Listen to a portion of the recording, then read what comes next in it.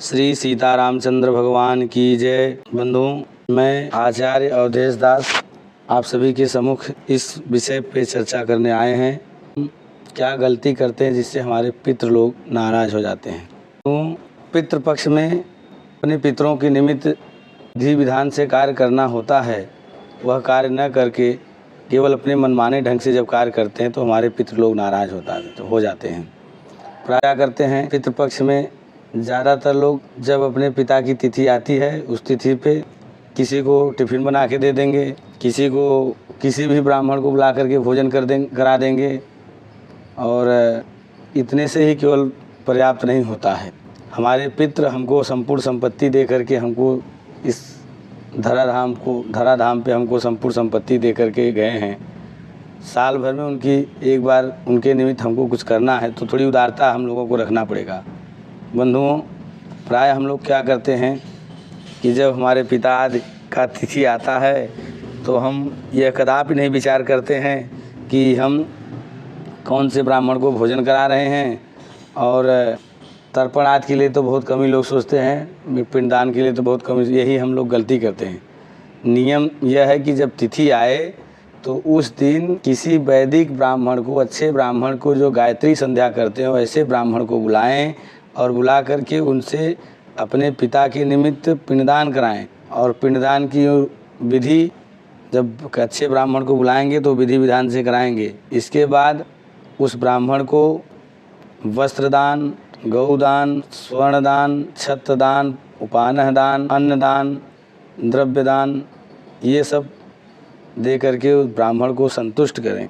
और फिर ऐसे ब्राह्मण को बुला करके आप यह सब कार्य कराएं कि वह ब्राह्मण उस दिन कम से कम आपके यहाँ भोजन और दान लेकर के किसी दूसरे के यहाँ जा कर के वो भोजन न करे। तभी आपका वह अपने पितरों के निमित्त किया हुआ कार्य पूरा फल प्रदान कराएगा। अन्यथा आप किसी भी ब्राह्मण को बुला करके उसको कुछ भी 150 रुपये दान में दे देते हैं।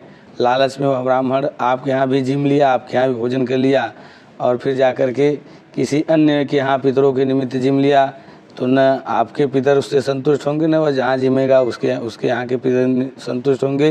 ये उल्टा पुण्य के बजाय अपराध हो जाएगा।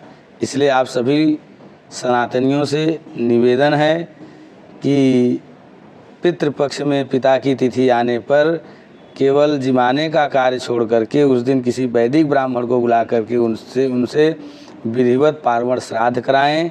पार्वण श्राद्ध कराने के बाद उदार होकर के जैसा आपका सामर्थ्य है उस हिसाब से उदार होकर के कंजूसी किए बिना ब्राह्मण को दक्षिणा दें और फिर ब्राह्मण को भोजन कराएं। और यही आग्रह करें ब्राह्मण से कि आप हमारे इस कार्य से संतुष्ट हों और आप यह सुनिश्चित करें कि यह ब्राह्मण अब कम से कम अगले 24 घंटे किसी दूसरे के यहाँ और अपने यहाँ भोजन नहीं करेंगे।